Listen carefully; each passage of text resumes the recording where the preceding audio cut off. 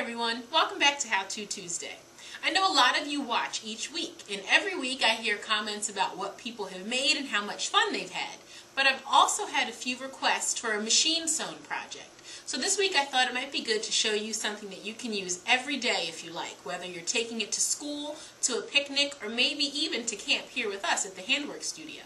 This week I'll show you how to make a machine-sewn reusable sandwich bag. To make your reusable sandwich tote, you'll need a sewing machine that's been threaded at the top and with the bobbin, straight pins, a ruler, a piece of Velcro that measures 4 inches. Remember, your Velcro has 2 parts. If you pull your Velcro apart like this, you have 2 pieces. Sometimes Velcro is called hook and loop tape. There's one side that's soft, and that part is the loops. Then there's one part that's scratchy, and that's the hook. They need each other in order to work, so you want to make sure you have both pieces. A piece of fabric that measures 16 1/2 inches widthwise, or the long way, and then it measures 7 inches straight up and down.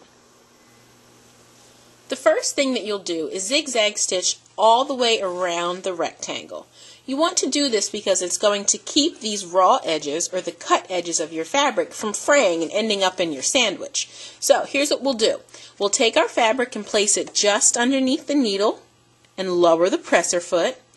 I keep the edge of my fabric so that it's right inside this teeny tiny opening here. And then I'll zigzag stitch all the way down and then around until I end up right where I started.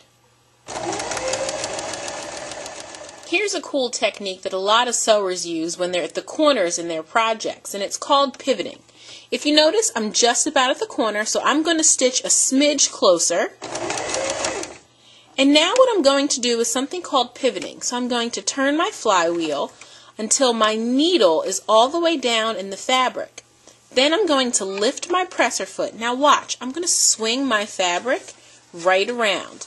What this does is it allows me to continue my stitch without disrupting any of the other ones that I've made. It's important that your needle stays down so that you don't lose any of your stitches. Then I lower my presser foot and then I keep stitching. When I get to the next corner, I'll repeat the pivot. Now I'm nearing the end point, which is actually the beginning of where I've started to zigzag stitch. So let's stitch all the way to the end. Then we'll secure things with a back stitch. Then I can take my fabric out, clip my threads, and we can move on to putting on our Velcro. To place your Velcro, you'll need your ruler. You're going to measure 1 3/4 inches in from the end. Now, it's difficult for you to see my ruler, so I'm going to use a piece of chalk so that you can see the line. You can use chalk or a pencil if you like, but you don't necessarily have to. So there's my line, and this is where I'm going to place the soft piece of Velcro, or my loop. And then I'm going to take my pin, and I'm going to come down from the top through the Velcro, and then back up again through the fabric and the Velcro. You can use 2 pins or 3 pins, whatever you need to hold it straight and in place. Then when we go to add our other piece of Velcro, we'll flip the fabric over because we're going to be working with this side now. Now what you'll do is you'll measure 1/2 of an inch. And I can still use my chalk.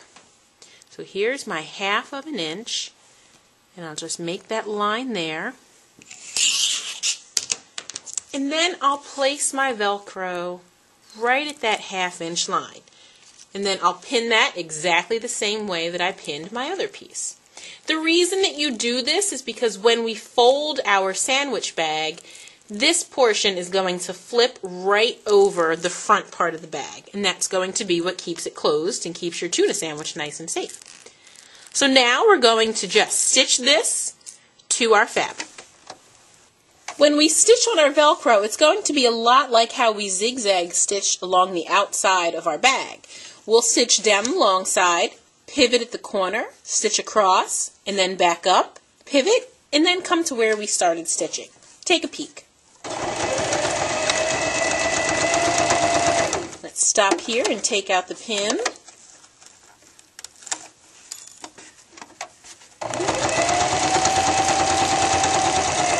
I'm just about at the end, so I'll turn my needle so that it's down, lift up my presser foot, lower it again, pivot. Here we go again. We're at the corner. Needle down, presser foot up, pivot, presser foot down, and stitch.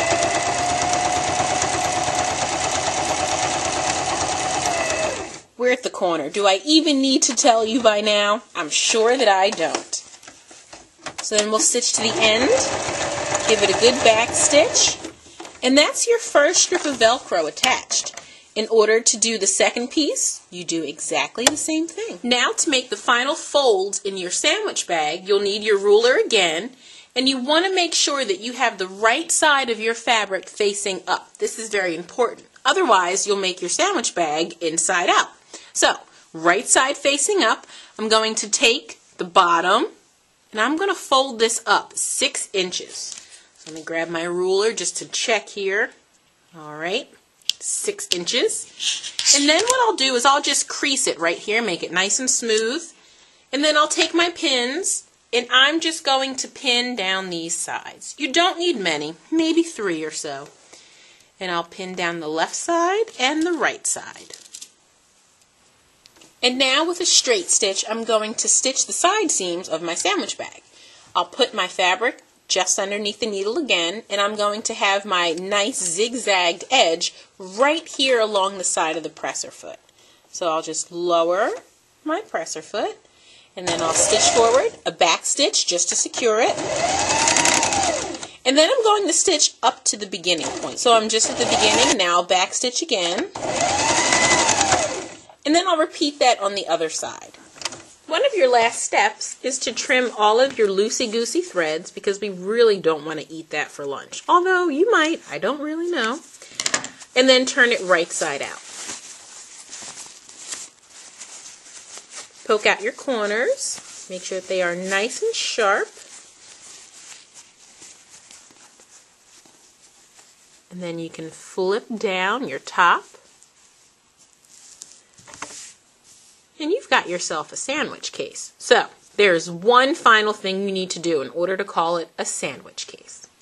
This is going to be so good. Well, I've got some fresh blue yarn here. I'm just going to add that first. And pom-poms are in season, so I'd like to add a few of them as well.